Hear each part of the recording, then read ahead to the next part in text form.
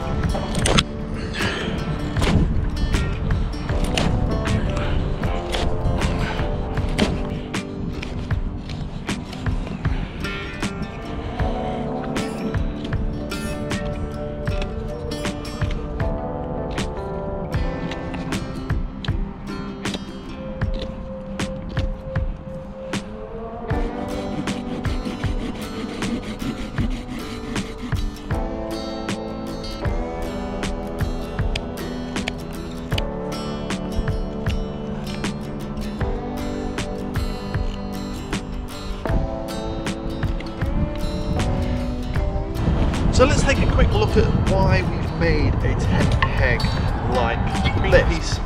And we carve a spike onto the ends, then we can get it into the ground a lot easier. We've beveled the top like that to stop it mushrooming. The little notch there enables you to put your rope around it and stop it riding up.